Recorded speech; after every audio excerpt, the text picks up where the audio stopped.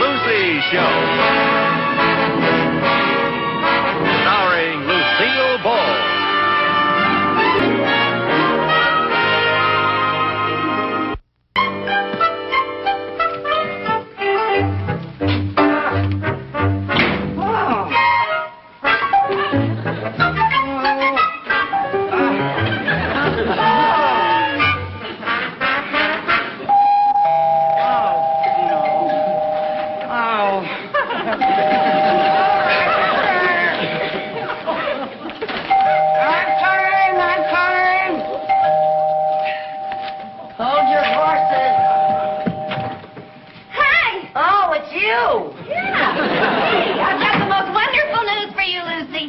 I can use some. Are you still looking for a chance to make extra money? Well, I sure am. If I don't make a payment on my television set this month, I'll be back to eating my TV dinners in front of my radio. Your problems are over. Oh? One of the producers at our studio is looking for a secretary to work at his house over the weekend. That sounds wonderful. Guess who the producer is? Who? Milton Berle. Milton Berle, the comedian? It's Milton Berle, the producer. Now he's producing a motion picture. Oh, he doesn't have his television show anymore, does he? No. Oh, the poor soul. I guess he needed a steady job. Well, I'll help him all I can. Oh, he's a wonderful man. Okay, Miss Evans. When he comes in, will you tell him that Milton Berle called?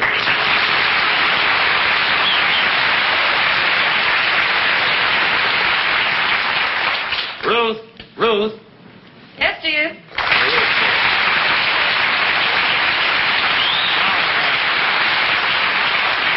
Did that secretary get here yet? No, not yet. Honey, while you're waiting for her to come, Yeah. I wish you'd eat some breakfast. Honey, I'm too busy. I'm working on the budget for the picture. Well, you shouldn't be too busy to eat. Huh? You've been working night and day. What are you trying to prove? Oh, I happen to love show business, and I want to make good. Make good? Yeah. Are you kidding? You've had a very successful career. What, as a comedian? Ruth, when a man matures, he wants the kind of success that brings respect. I mean, when you meet people today and they talk about Berle, what's the best thing they can say about him? He's funny. He's funny. He's funny. Well, I'm out to prove that Berle is not funny.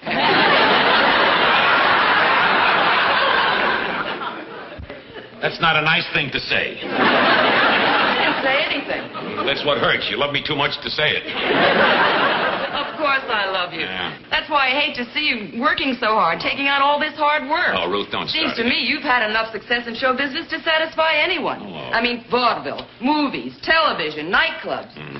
Why do you want to be a producer? Don't you understand, Ruth, dear? I want to grow. Well, then you ought to stop smoking. I was...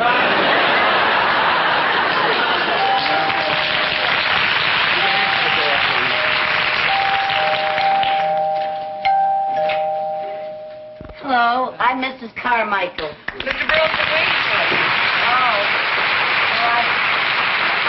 I sure am looking forward to meeting Mr. Berle. May I take your coat? Oh, thank you. I'm a very big fan of his. Once I sent him a letter, and he sent me an autographed picture. Well, now you can meet him in person. Oh.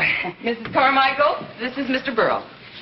How do you do? Oh, Mr. Berle, I can't tell you how happy I am to meet you. I'm one of your biggest fans. Oh, you're putting me on. No, I'm not. You can ask your maid.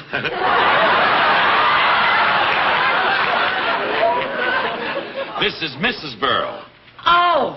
Oh, I'm terribly sorry. I apologize. That's all right. Don't apologize. I'm still his maid.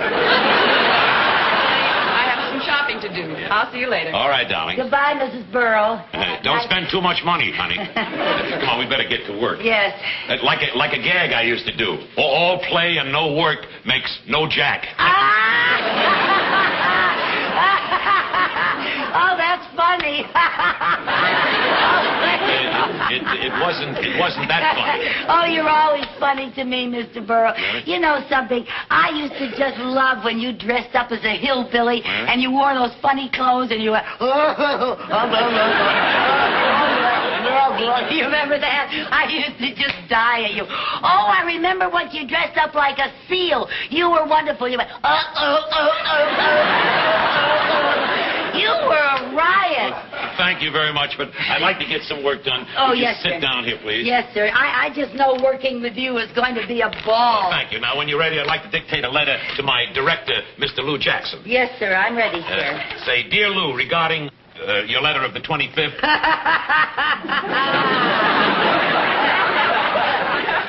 What are you laughing at? Well, you always make me laugh. What's so funny about regarding your letter of the 25th? Mrs. Carmichael, will you please tell me what's so funny? Oh, I don't know. It's the way you say things.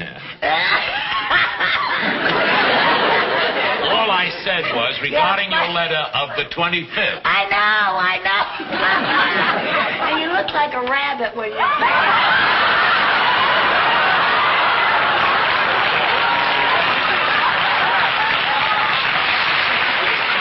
Get back to work. Yes, sir. I loved your suggestions, and I think that we should get Robert Wagner to play the part of the pilot. Oh, Robert Wagner's very good. Thank you. If you have any other ideas on this, let me hear from you. Well, I'll think about it tonight. I was dictating. Oh. Just sign that, yours truly. Would you do that for me? Yes, sir. And now I have another important letter, personal letter to get out, and it goes to this address right here. Mr. Marvin Kane, Beverly House of Fashion. That's yes, right. Sir. I want to order something for my wife. Next week is our wedding anniversary. Oh, congratulations. Thank you very much. Dear Marvin... What anniversary is it, Mr. Berle? 14th. Oh. Yeah. Dear Marvin, next week is my... Where did you meet Mrs. Berle? It was a blind date. Some friends brought her to my television show. I can still see her sitting out in the audience that night. She was wearing a beautiful black velvet gown, trimmed in ermine and a string of pearls with matching earrings.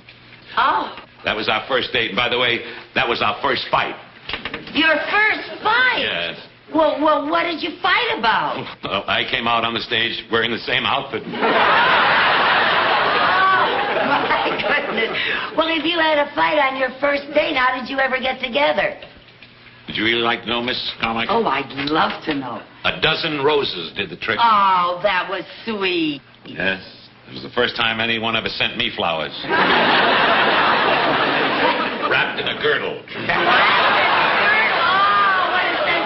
Your wife has. That's true. That's why I begged her to marry me. You begged her to marry you? Yes, I did. Where else could I get a part where the baggy pants comic winds up with the lovely leading lady? Oh, what a nice thing to say. Dear Marvin. I already have that. Anything wrong? Oh, no. I just think the way you feel about Mrs. Berle is very touching.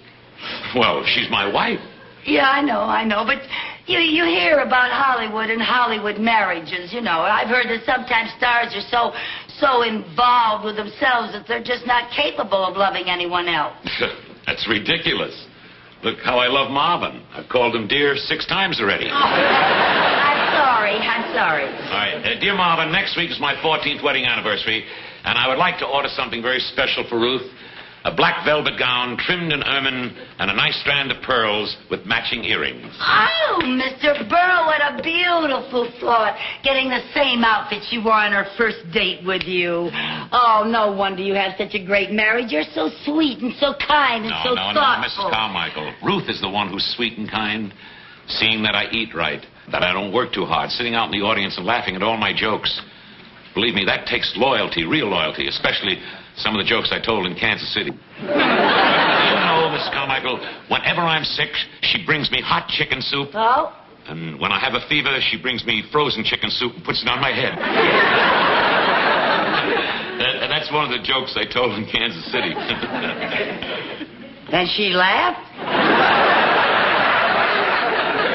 She even applauded. Oh, she really loves you. Well, that's why I try to make her happy. And on our anniversary, I'll spring the gowns and the pearls and the earrings, all in such a way that it'll be a complete surprise. Oh, what are you going to do? I'll come down the stairs wearing the whole outfit. Oh, that's beautiful. I really think that's going to be... Oh, you're a wonderful couple. Thank you.